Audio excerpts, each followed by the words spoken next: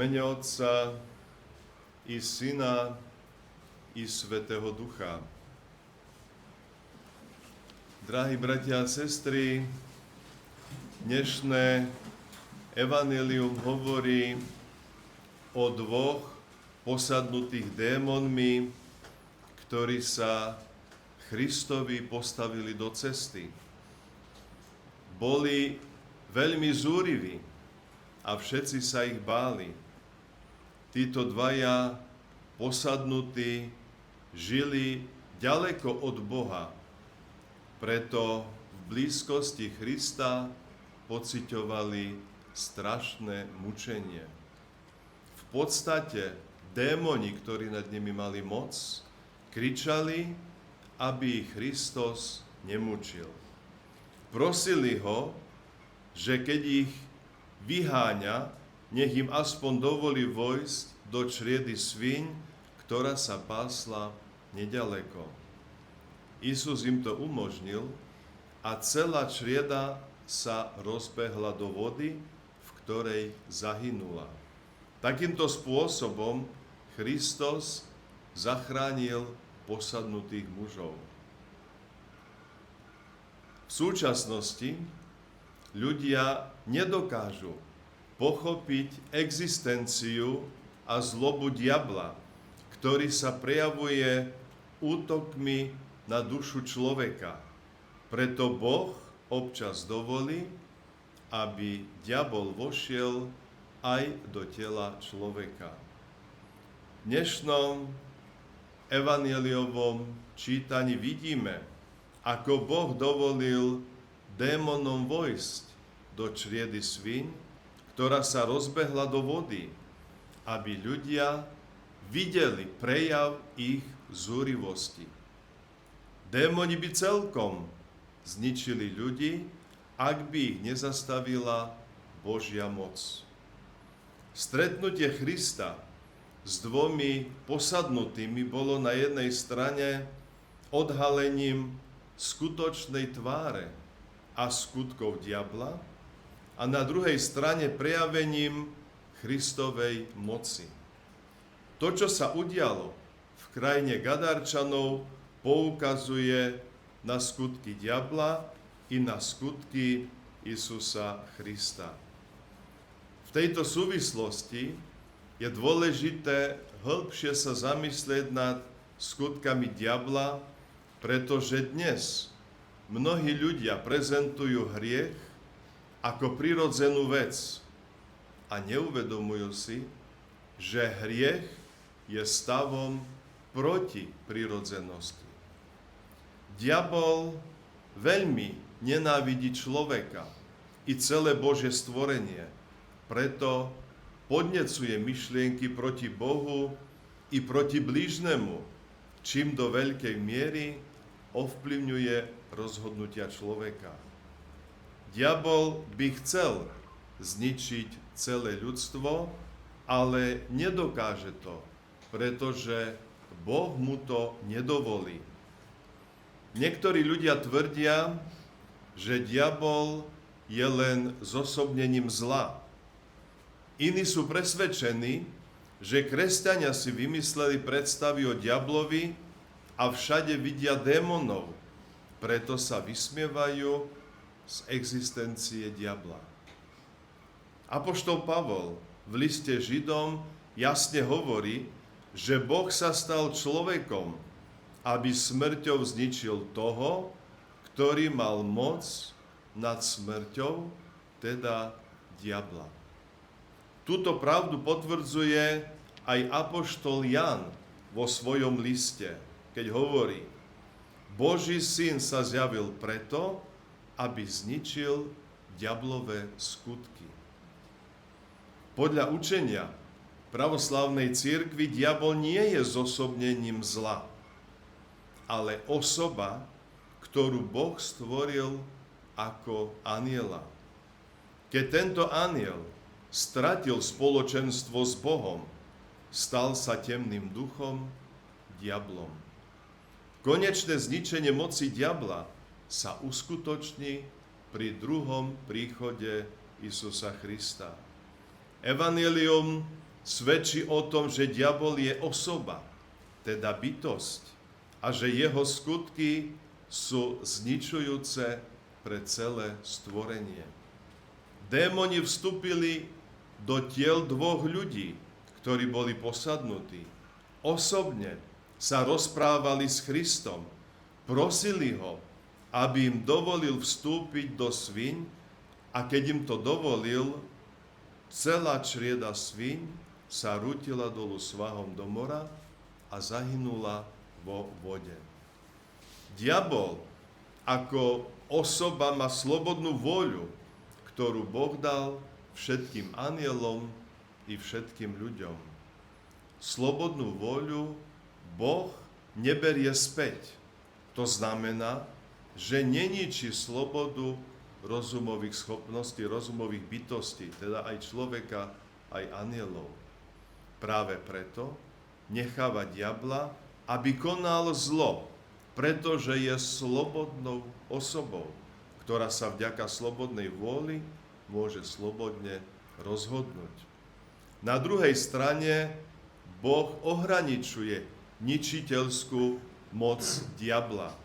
Keď sa človek úprimne kaja, Boh mu odpúšťa jeho hriechy a tak ohraničuje moc diabla nad človekom.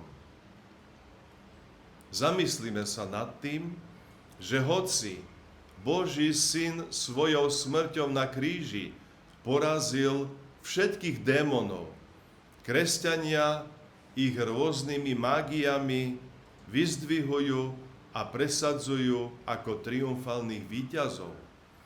Isus Kristus, náš Pán a Boh, zachránil svet a všetkých ľudí od tyranie diabla, ale niektorí ľudia ho cez veštenie a mágiu znovu prinášajú do sveta a nanovo z neho robia svojim tyranom. Nie je úbohý súčasný stav kresťanov, keď magickými praktikami nanovo oživujú kult satana? Navonok vyznávajú pravého Boha a slúžia mu, ale v skrytosti ho zavrhujú a slúžia diablovi. Takíto kresťania používajú mágiu a nechápu, že tým zavrhujú pravého Boha, opovrhujú Kristom a do svojej náruče prijímajú samého diabla.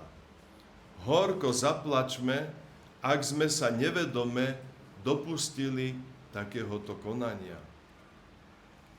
V 5. knihe Mojžišovej Boh hovorí Židom: nech nie je medzi vami nikto, kto by syna alebo dcéru previedol cez oheň, ani veštec, zaoberajúci sa veštbami, ani vykladač znamení, ani hádač, ani čarodejník, ani zaklínač, ani vyvolávač duchov, ani mák, ani ten, kto by sa vypytoval duchov mŕtvych. Každý, kto koná tieto veci, je Pánovi ohavný. A v 3. knihe Mojžišovej sa hovorí: nech sa nikto nepribližuje k tým, ktorí vykonávajú tieto veci, aby sa doslova nepoškvrnil. A čítame v knihe Mojžišovej: neobracajte sa na tých, ktorí vyvolávajú duchov, ani na veštcov. Nevyhľadávajte ich, aby ste sa nimi nepoškvrnili. Boh nedovolil vykonávať mágiu, lebo tých, ktorí ju vykonávali, ale aj tých, ktorí ju žiadali, viedla ku kláňaniu sa a uctievaniu démonov. Preto je vykonávanie mágie smrteľným hriechom. Na druhej strane mágia nám nemôže priniesť žiaden úžitok. V knihe Sirachovej sa uvádza: mylné veštenie, falošné hádactvo, sny čarodejníkov, to všetko je márne. Preto apoštoli a svätí napomínali kresťanov, aby nepoužívali žiadnu formu mágie. A v apoštolských ustanoveniach sa hovorí: nevešti, nečaruj.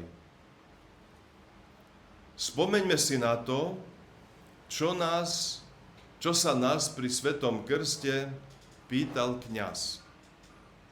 Zriekaš sa satana, všetkých jeho skutkov, všetkých jeho anielov, každej službe jemu a všetkej jeho pýche? Na túto otázku každý z nás samostatne alebo prostredníctvom svojho krstného rodiča odpovedal: zriekam sa, otricajú sa. Pamätáme si tieto slova pri Svetom krste.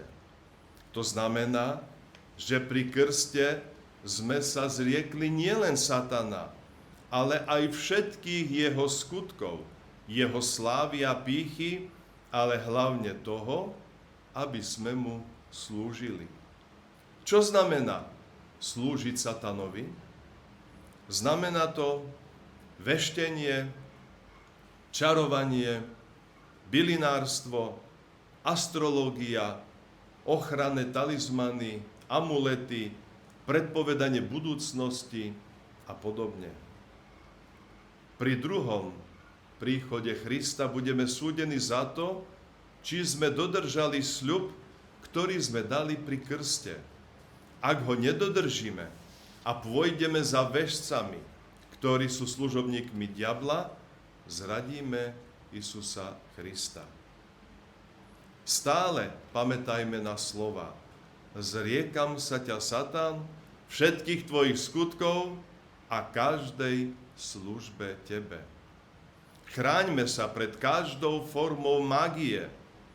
Uvedené pasáže zo Svätého písma nech sú pre nás zrkadlom čistoty, ktoré nám odhaľuje, čo je diabol. Raz starší kňaz vošiel do autobusu a jeden z prítomných sa ho opýtal: Otče, nebojíte sa ísť autobusom? Veď podľa vás autobus vedie démon. Kňaz dlho nerozmýšľal a odpovedal: nebojím sa. Je dobre osedlať démona a ísť na ňom, ale je zlé, keď démon osedla teba a ide na tebe. Nedovoľme nad sebou odrábať z očí. Nechoďme za čarodejníkmi. Nepúšťajme slobodne a vedome démonov do svojho tela, pretože potom je ich veľmi ťažké vyhnať. Keď sa pri krste zriekame démonov a ich skutkov, viac sa s nimi po krste nezahrávajme. Otec Štefan opisuje nasledujúcu udalosť, ktorá sa stala v roku 1989. Raz na poludne som nastúpil do autobusu a keď som si sadol na sedadlo, hovoril som vo svojom vnútri: Pane Isuse Kriste, zmiluj sa nado mnou. Hospody Isuse Kriste, pomiluj mňa. Po chvíli nejaký pán, ktorý sedel za mnou, začal brechať ako pes. Robil to neprerušene a ešte viac, keď som začal hovoriť: Pane Isuse Kriste, zmiluj sa nad svojim služobníkom. Všetci ľudia sa obracali a prekvapene na neho hľadeli. Niektoré ženy sa žehnali. Tak sa zľakli, že sa odtiahli z jeho blízkosti. A on s nehybným a zúrivým pohľadom pozeral vonku. O 2-3 zastávky sa začal strkať a bručať a potom vystúpil z autobusu. Isusova modlitba pálila diabla a tento nešťastný človek brechal ako pes. Možno ste videli, keď ste boli v Počajeve, podobné situácie ľudí, ktorí prichádzajú, mnísi sa nad nimi modlia a oni vydávajú rôzne zvuky. Neželám nikomu, aby videl takéto strašné veci, ale videl som aj ja osobne v Grécku, v jednom chráme, keď sa kňaz modlil, neveril som vlastným očiam, že takéto zvuky ako pes dokáže človek zo seba vydávať. A práve preto, drahí bratia a sestry, my sme si dobrovoľne vybrali život s Kristom. Preto mu buďme verní až do konca svojho života. Amen.